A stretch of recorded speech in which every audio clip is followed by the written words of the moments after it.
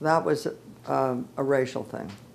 That was during riots in Harlem and so on. And I wanted to start it with a riot, and they wouldn't allow that, but they did start it with a crime in a bad block, which was supposed to sort of stand in for a riot. Lee Grant was playing a reporter who got caught up there, and she murdered somebody by accident because he was in her car.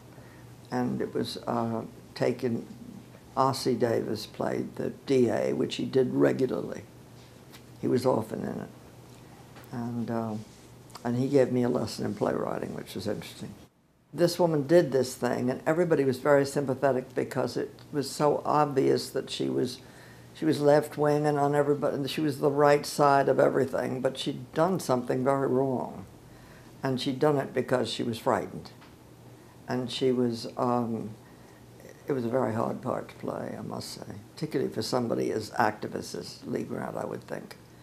But Ossie said at one point, you know, as the DA, he pursued her, and Lawrence Preston, that's the fictional name of E.G. Marshall, said, you know, you're being very racist about this, in effect. And Ossie Davis said, no, you are. They had that kind of conversation.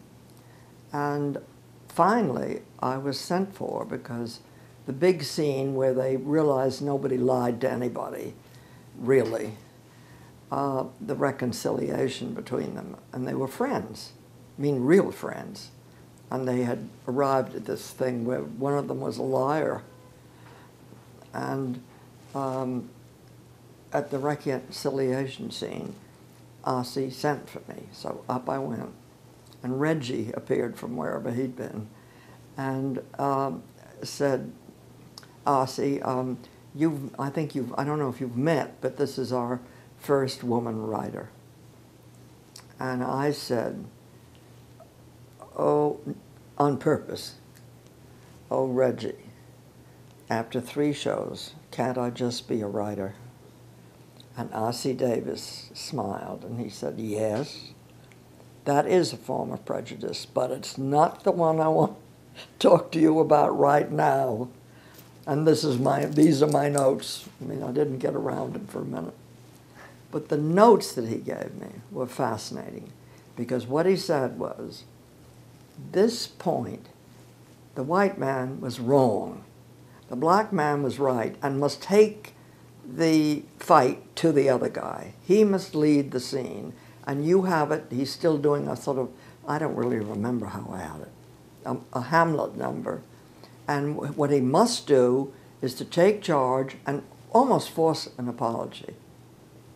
And out of a man who really thinks he's right and didn't do anything bad. It was just a contretemps of, you know, he's telling me what it's like, and I'm telling you that I'm the only one who can say what it's like, said Ossie to me. So I said, yes. And I went home and I wrote it, I guess, right.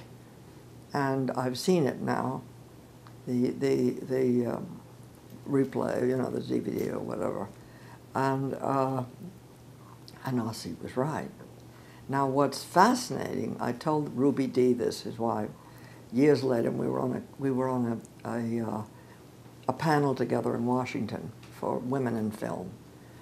And I said, what was so fascinating was I never really got it until I was in a meeting and some guy tried to tell me how the woman felt.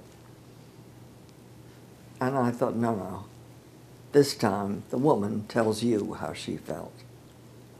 And she said, well, that's Ossie, he'd bring that out of you. I said it was because we don't always get it for the other person, for whoever it is that's being prejudiced against, who's outnumbered, who's the, you know, and the way he explained it and the way I rewrote it and the way he acted it, I did understand. And then it happened to me. And then I really understood. Was there anything in particular you were trying to say about the civil rights movement in that script? I was trying to say that white, liberal, well-meaning people were scared to death and they were scared to death of meeting a black man in the street.